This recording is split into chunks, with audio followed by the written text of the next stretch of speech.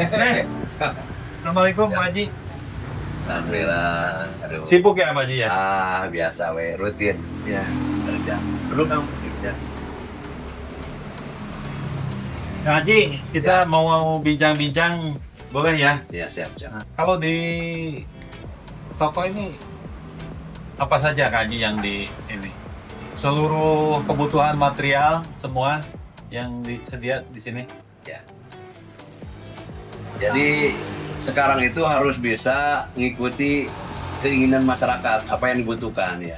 Dulu kan kalau material itu cuman batu, pasir, sprit, bata, ya sekarang ada hebel, ada lem hebel, semennya juga banyak mereknya. Kak Haji, kita mau bincang-bincang terkait Kak Haji sebagai anggota DPRD. Ya. Boleh ya? Mungkin ada di ruangan lainnya. Kita. Oh, iya. Ya alhamdulillah sekarang menjadi dewan. Kita juga dagang, gitu kan. Bisa juga untuk menjadi dewan perwakilan ya. Ya seperti itu. Mangga. Ah.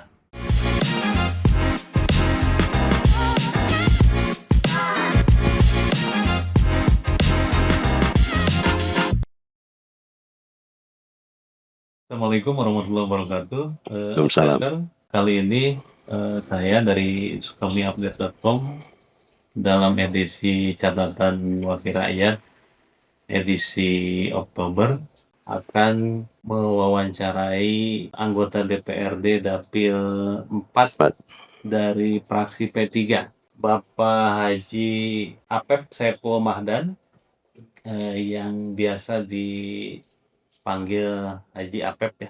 Ya. Assalamualaikum Haji. Daramang. Alhamdulillah. Pak Haji, ini semua anggota dewan kita coba gali semua sisi lain dari kehidupan sehari-harinya, dan kali ini kita berkesempatan bertemu dengan Kang Haji. Kang Haji, tugas di Komisi 2 ya? Komisi 2. Komisi 2. Sebelum kita berbicara tentang tugas-tugas Kang Haji di DPRD, ini periode pertama Kang Haji ya? Periode pertama mungkin Kang Haji nanti menjabarkan pengalaman selama periode pertama ini, 1 tahun menjabat ini. Tapi sebelum itu mungkin kita ingin mengetahui dulu Kang Haji ini sebelum jadi anggota DPRD berkecimpung di mana saja gitu kan sih. Boleh Kang Haji diceritakan. Jadi pertama saya lulus dari SMA Cibadak, saya melanjutkan ke Universitas UNM Mukti Bandung. Alhamdulillah tahun 91 selesai karena saya mengambil D3 bidang perdagangan sesuai dengan apa yang disarankan oleh almarhum bapak saya, supaya senang dengan dagang. Ya, kita dari tahun 90 saya dididik untuk tidak malu, berjuang dan bekerja keras, jualan di pinggir jalan Harun Kabir, jualan pakaian, jualan buku, ya, jualan gunting kuku, kaos kaki, gitu kan. Ya, kita berjalan sehari seperti itu, tapi kita sambil pulang kuliah dan dilanjutkan setelah kuliah. Saya senang waktu pulang dari Bandung dari kuliahan itu mengerjakan rutinitas seperti itu. Sebenarnya jiwa saya itu minder, itu pribadi saya seperti itu. Makanya saya bergaul itu kurang pede gitu kan, karena keminderan saya seperti itu. Maka tahun 2000 itu baru saya menikah. Ya, baru saya menikah. Sampai hari ini, saat ini saya sudah mempunyai 5 orang anak. Ya, yang sekarang 1 lulus dari Unjani, terus yang 1 melanjutkan saya dagang di toko, yang ketiga di Untirta, ya, Serang, yang keempat di Nusa Putra, yang kelima masih di SD, gitu kan.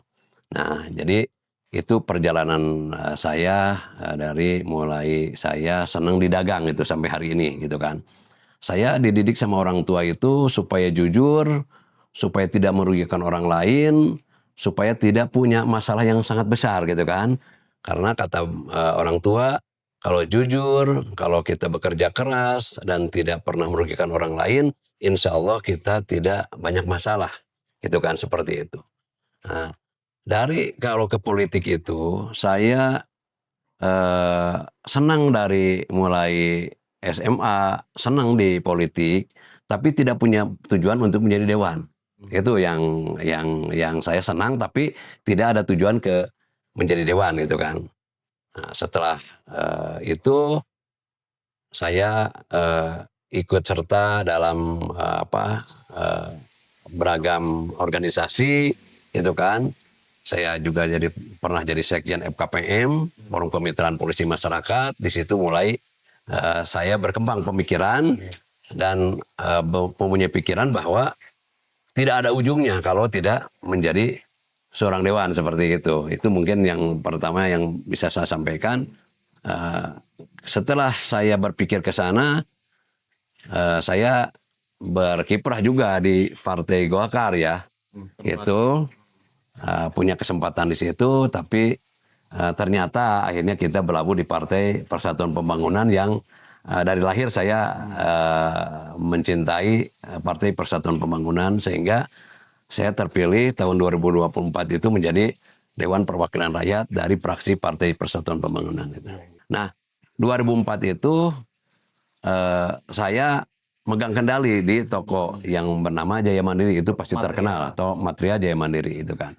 Nah, karena memang saya senang ke sana kemari, organisasi dan sebagainya, ini akhirnya terabaikan. Nah, tahun 2010 sampai 2015 saya mulai menggeluti dunia usaha lain di luar, di bidang konstruksi.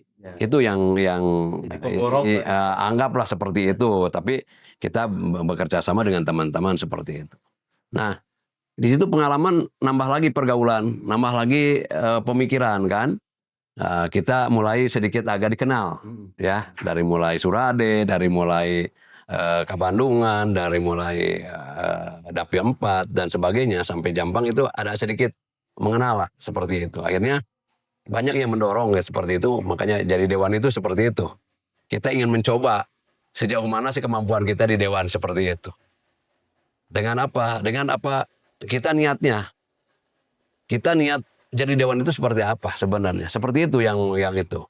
Ya, sampai hari ini alhamdulillah saya jadi dewan lah, terpilih di Dapil 4 ya, dengan suara ya alhamdulillah 8.254 gitu kan. Saya hanya mengelola beberapa kecamatan saja, karena tadi ada bahasa kita tak kenal maka tak sayang. Ketika kita ke daerah lain tidak dikenal ya tidak disayang. Akhirnya kita kembali lagi ke basisnya, ke tempat kita di mana dilahirkan. Karena saya dilahirkan di Desa Gunung Jaya ya. Dibesarkan di sini dan sampai menjadi dewan pun saya di sini gitu, seperti itu gitu kan. Mungkin itu yang menjadi dorongan saya itu seperti itu sebenarnya. Yang dorongan saya itu menjadi dewan itu karena teman-teman itu ingin mencoba, mendorong orang lain bisa menjadi dewan, mendorong Pak Bupati juga bisa. Kok setempat banyak tuh bisa. Maka dari itu cobalah gitu kan. Sampai 2 bulan sebelum pemilihan, istri saya tidak tahu saya mencalonkan Dewan Perwakilan Rakyat. Ya, dan itu juga uang tidak ada sama sekali. Makanya pertanyaan ketika 1,5 bulan ketahuan mencalonkan dewan, istri saya bertanya, uang dari mana punyanya? Tapi Allah memudahkan. Ada yang istilahnya kejadian yang tidak terduga, bahwa ketika tanah saya yang 67 juta bisa laku 500 juta. Nah, di situ saya mempunyai dorongan besar seperti itu gitu kan. Tapi istri saya juga menyarankan supaya berhidup sederhana. Tidak euforia ketika menang. Ya, kita tidak berlebihan ketika menjadi dewan. Dan mendorong istri saya itu supaya lebih mendekati ke masyarakat dan kepentingan masyarakat. Makanya maaf bukan saya membuka hal yang terjadi di Desa Gunung Jaya aja. Karena sampah berserakan 20 tahun ke belakang. Ini saya selesaikan dengan membuat tempat sampah itu menjadi indah. Direlip itu kan. Sampah ditertibkan. Jadi dibuang pada waktunya. Sehingga alhamdulillah Desa Gunung Jaya di Jalan Gondapit ini tidak ada berserakan sampah. Itu satu desa atau untuk beberapa RW?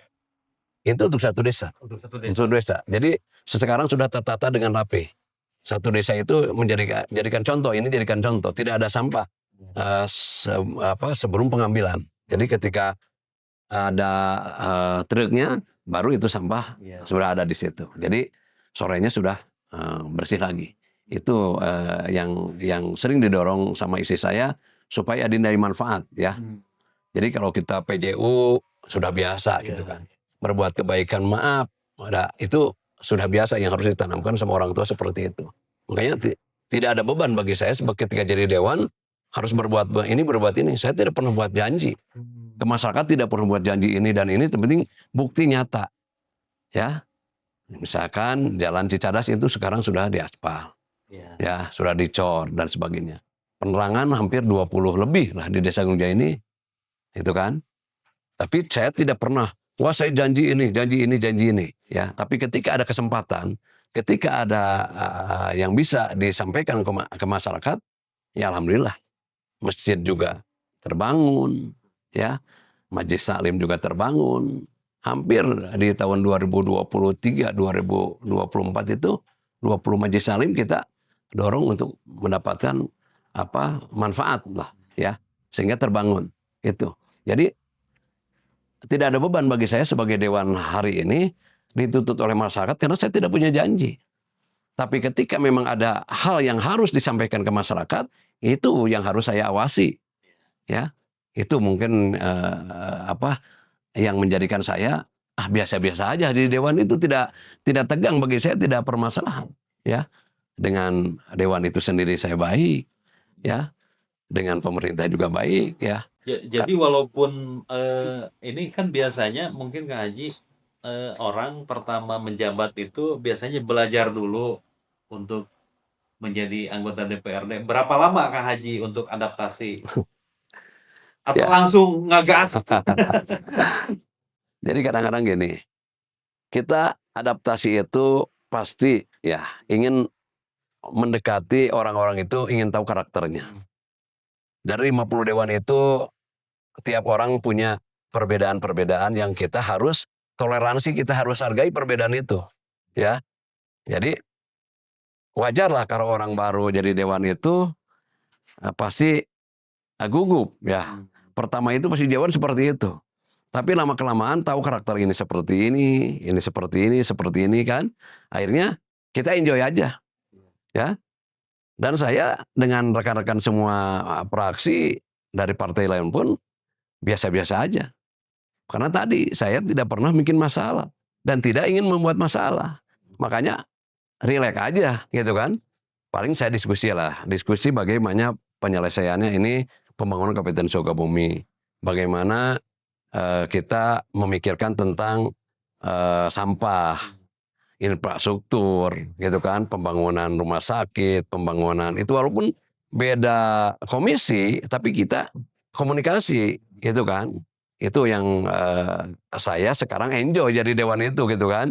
Enjoy itu karena apa? Karena kita dengan teman-teman itu saling berbagi pemikiran, ya. Tidak ada yang ditutupi ini, gitu kan. Misal dengan Pak Peri Dinas Kesehatan, misalkan Pak Peri di Komisi 4, kita komunikasi. Dengan Pak Hera dengan Komisi 3 kita komunikasi.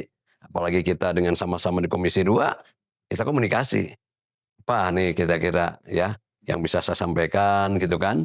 Komisi 1 kita tentang pertanahan kita komunikasi gitu kan. Jadi enak lah gitu kan. Tidak yang dibayangkan bahwa kegiatan dewan itu tegang seperti ini gitu kan. Ternyata bisa rileks juga gitu kan. Ya itu tergantung. Cepat Kang Haji adaptasi ya dalam setahun udah. Iya. Jadi alhamdulillah dalam 1 tahun ini saya berteman baik ya dengan kawan-kawan dan mempunyai banyak inspirasi pemikiran dari mereka gitu kan. Sehingga menambah wawasan.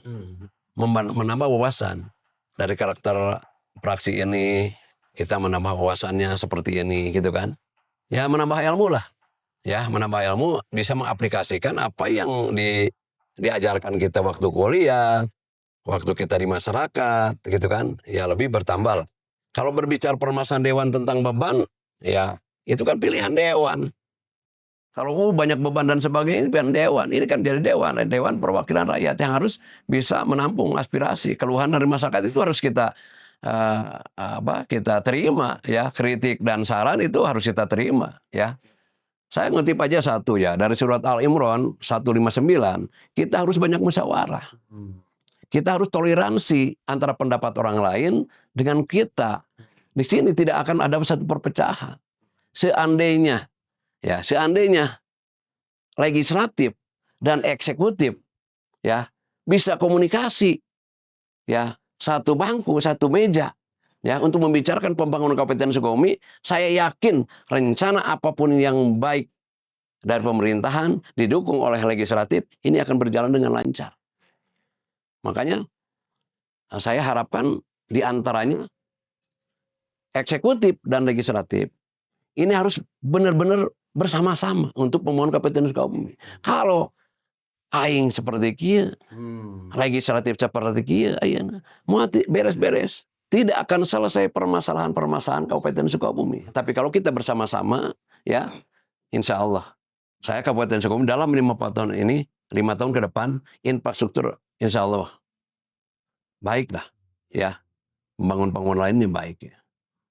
Dan kita juga Dewan Perwakilan Rakyat, terus pemerintahan, di eksekutif, itu kita jangan ada ketakutan oleh media dan sebagainya. Kita harus bersama-sama dengan media ini karena kita bisa terkena, bisa diketahui orang lain, ya, bisa pembangunan maju ataupun mana yang kurang. Ini media yang membantu kita untuk memberikan informasi seperti itu. Makanya kita harus bersama-sama merangkul semua. Merangkul LSM, merangkul organisasi, merangkul wartawan dan sebagainya, media dan sebagainya, ini harus kita bersama-sama. Kalau memang kita ingin membangun Kabupaten Sukabumi dengan baik, ya. Kak Haji itu dilantik itu Oktober, Agustus Agustus 2024. berarti udah 1 tahun langsung. Nah dalam itu kan dari sehari-hari berdagang, kemudian berpindah jadi anggap pejabat lah gitu Ya. kan, gitu. Bagaimana Kak Haji mengatur, apakah ditinggalkan total atau sambil mengatur waktu dengan kegiatan usaha bisnis Kak Haji gitu? Jadi Bagi saya, waktu dengan ya, kegiatan di Dewan. Dewan itu kan satu kegiatan itu ada satu skedulnya, ya. Hari ini seperti ini, seperti ini, seperti ini. Jadi kita tidak merasa terganggu di dunia usaha. Cuman kita mengubah waktu. Saya buka material sekarang itu jam 6. Orang lain masih tutup toko, kita buka jam 6. Ya, karena jam 8 harus siap-siap, saya takut ada skedul kerja. Ya. Nah, kalau tidak ada pekerjaan di dinas, misalkan dengan dewan gitu kan, saya otomatis di toko gitu kan. Karena ini harus kita jaga. Ya, harus kita jaga sebagai modal dasar, ya. Karena modal selanjutnya jadi dewan itu adalah pengabdian. Ya, kita harus bagaimana ini aspirasi ataupun yang diinginkan oleh masyarakat itu apa yang bisa kita bantu ya.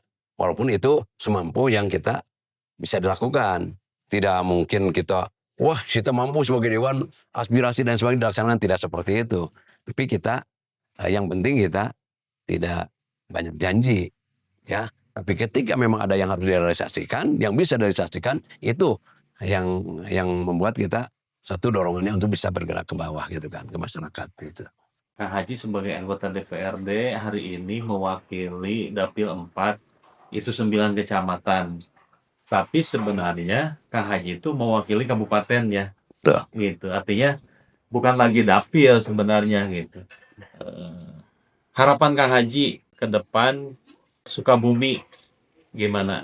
Dan apa saja yang akan disampaikan atau sudah disampaikan ke pemerintah? Jadi gini, saya ketika rapat dengan dinas mitra kerja Komisi 2, saya sering mengatakan, yuk kita sama-sama melihat ke bawah.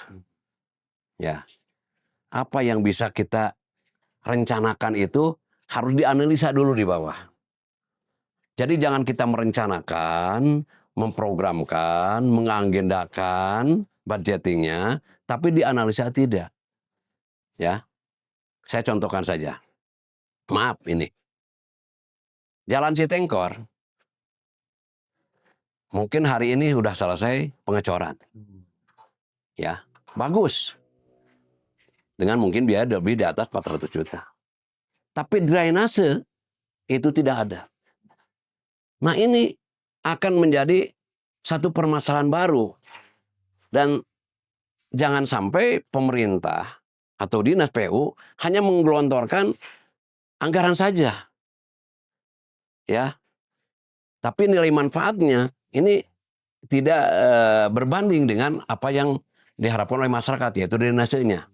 Ini untuk menjaga bagaimana pembangunan yang sudah dilaksanakan itu berjalan dengan baik, Dan tidak awet, banjir dan seperti itu kan. Nah, hampir semua khususnya di DAP 4, juga di DAP 2 dan sebagainya, kita sudah banyak komunikasi dengan Komisi 2. Nah, contoh aja Jalan Mangkalaya. Kenapa dinas atau pemerintahan itu tidak melihat? Ya, di situ tidak ada tempat berjalannya disebutnya itu trotoar. trotoar, tidak ada.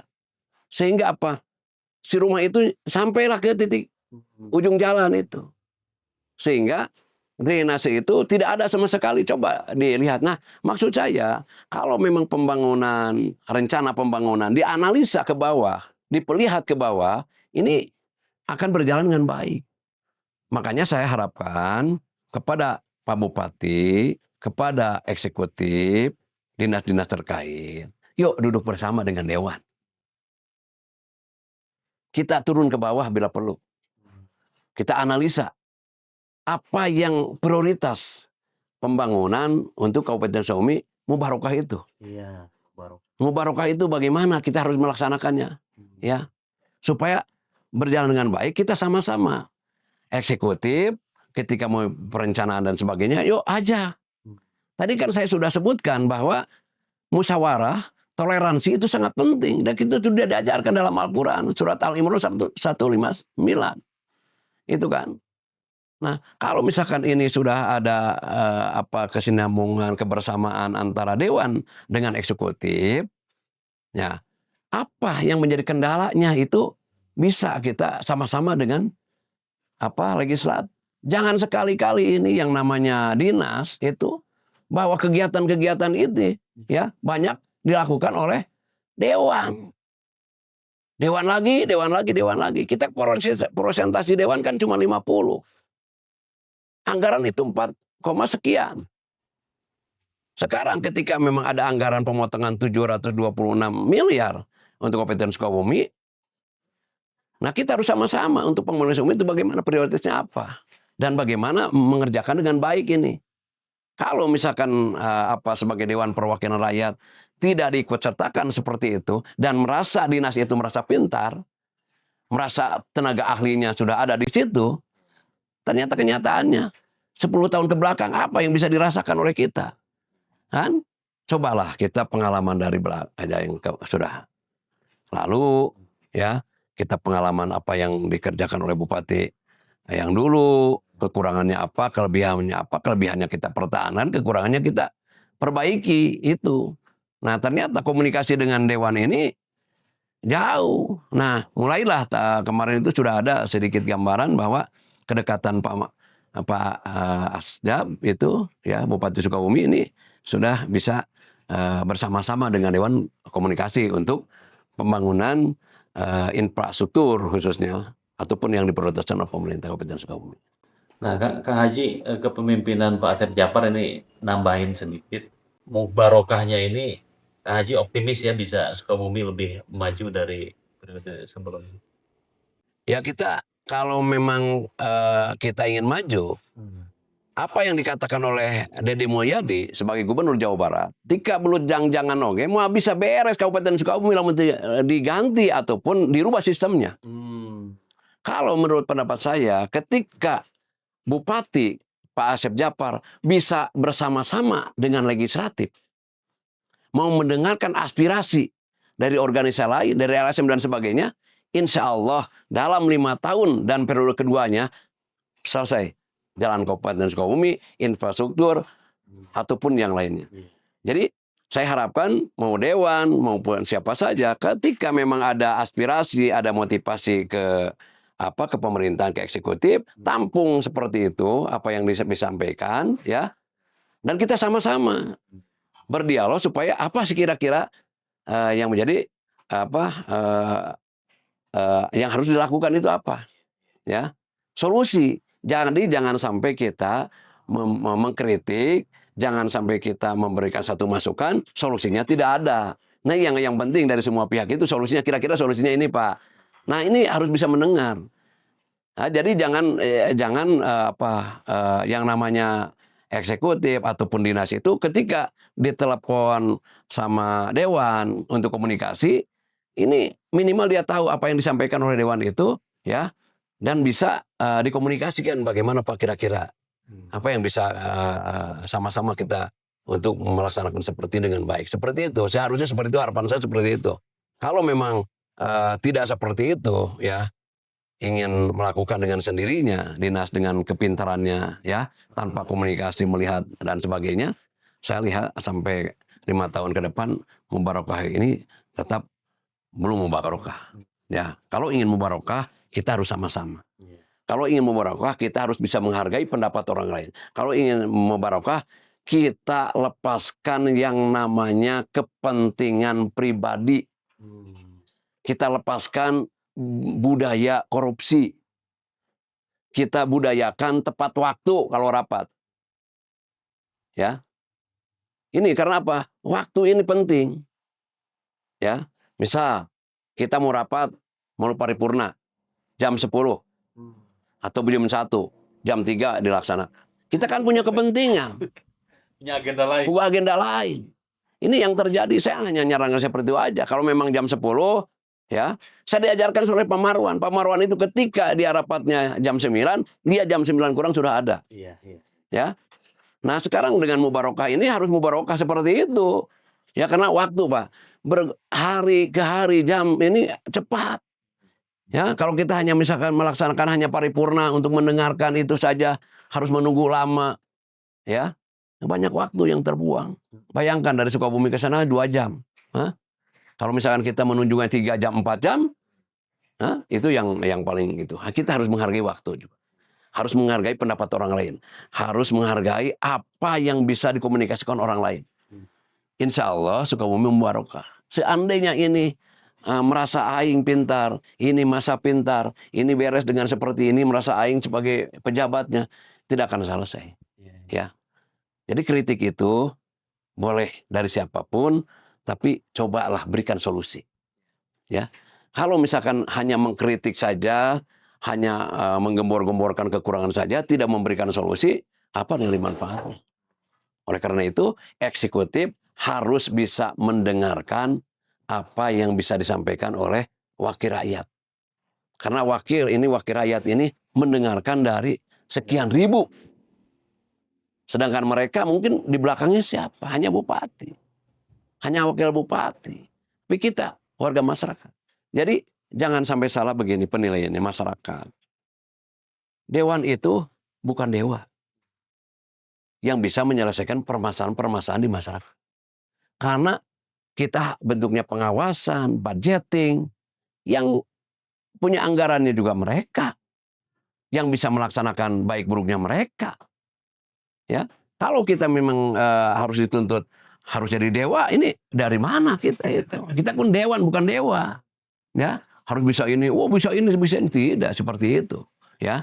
Tapi ayo mari kita sama-sama eksekutif, legislatif, ya, tiap komisi didengarkan bersama-sama untuk menyelesaikan permasalahan Kabupaten Sukabumi. Kalau musyawarah ini kedekatan legislatif eksekutif tidak ada keseimbangan, kebersamaan, saya rasa tidak akan terjadi yang namanya Sukabumi Barokah.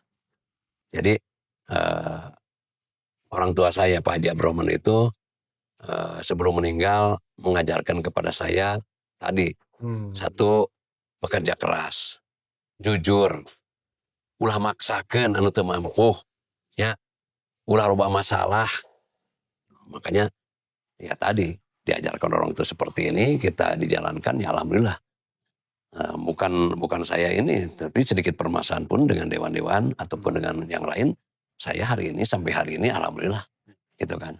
Karena banyak di dewan ataupun ketua dewan, ketua komisi, yuk kita sama-sama bekerja ceria, bekerja bahagia, selamat dunia akhirat. Itu yang disampaikan oleh mereka.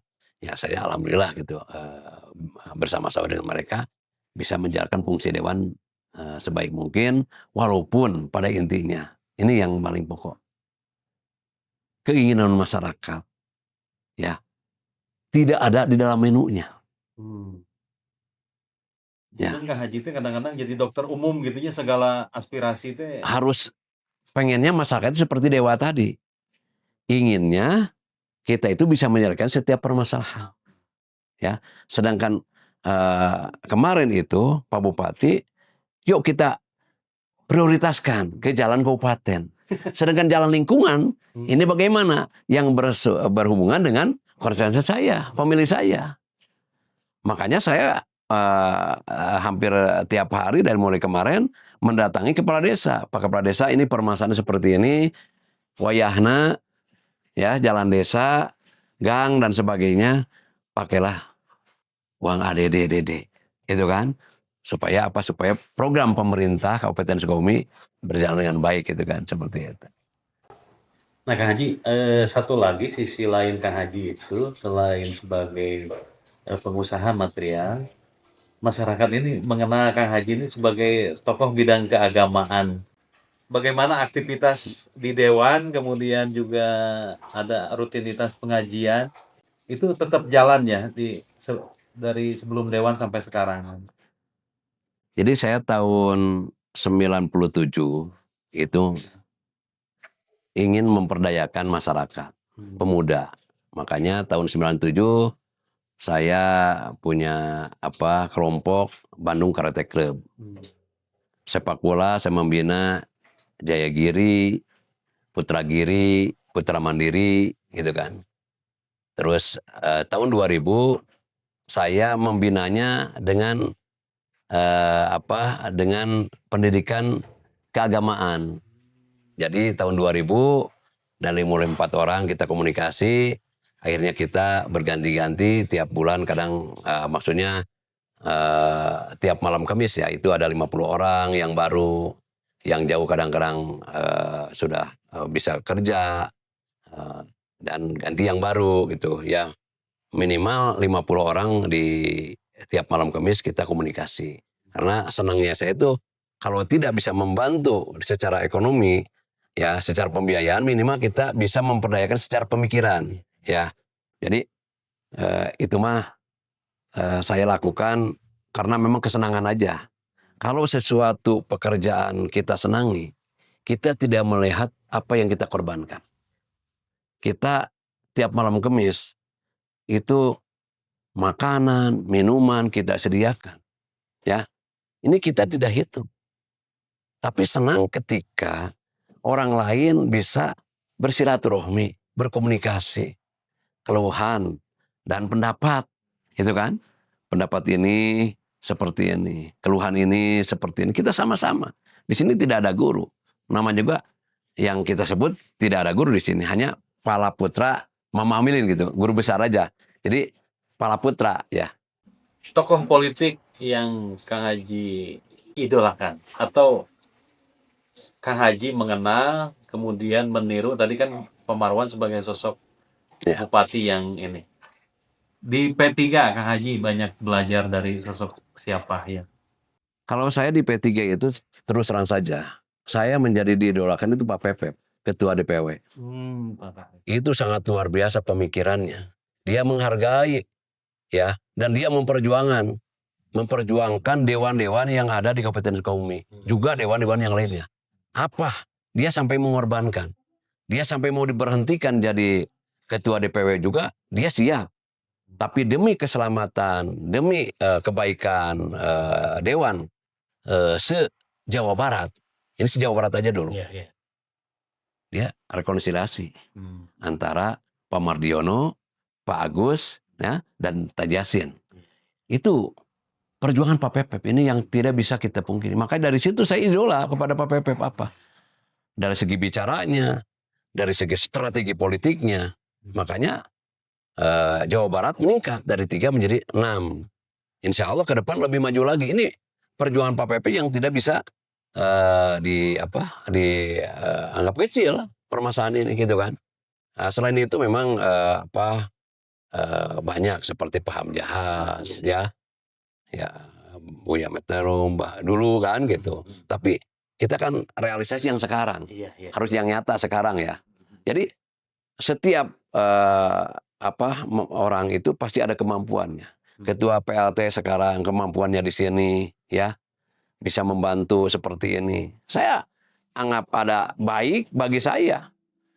Bagi orang lain yang menganggap tidak baik, ya mangga. Tapi bagi saya, sepanjang hari ini pemikiran Ketua PLT hari ini, baik bagi saya. Dan saya melaksanakan yang baik itu. Kalau orang lain menganggap tidak baik, saya tidak laksanakan. Makanya ada kebaikan-kebaikan dari PLT DPC sekarang ini yang dari pemikiran saya. Dan bisa membantu apa yang masyarakat inginkan. Saya merasa dibantu oleh Pak Haji Andri dalam memenuhi keinginan masyarakat. Berapa TK yang sudah dibantu? Ya, berapa 100 PJU kemarin, ini bukan program saya, tapi Pak Andri memberikan kesempatan. Nah ini, jadi kalau memang misalkan seseorang itu menjustis, ya, seseorang ini jelek dan sebagainya, pasti ada sisi baiknya. Nah sisi baik ini yang kita harus ini. Kalau kita setiap orang itu jeleknya aja yang ditilai ini, apa yang baiknya? Maka ada satu bahasa. Hujan setahun, lasku. Kalau dosa tahun, lasku hujan sapoe. Padahal ini manfaat merenang lain ya. Nah, makanya saya terus terang, kalau idola sampai hari ini, kalau yang jadi pemikiran saya dari Pak Pepep, dari Pak Dewan Andri, ini ada nilai baiknya bagi saya. Dari Pak almarhum Pak Dede Damudi, ini, ya, termasuk kesemangatan dari Pak Prabowo, ini juga harus contoh. Ketika gagal tidak putus asa. Ini yang harus dicontoh, ya. Ternyata dia semangat, sekarang jadi kan. Dan orang lain tidak akan memperhitungkan ke situ. Maka kegagalan ini menjadikan satu nilai pengalaman bagi kita untuk mencapai kebaikan itu. Yang paling penting ini, kita jangan putus asa, kita kerja keras, kita berjalan dalam rel yang baik. Insya Allah siapapun, ya, terutama Bupati Sukabumi, ya, dewan-dewan di Sukabumi, insya Allah akan mendapatkan hal yang baik.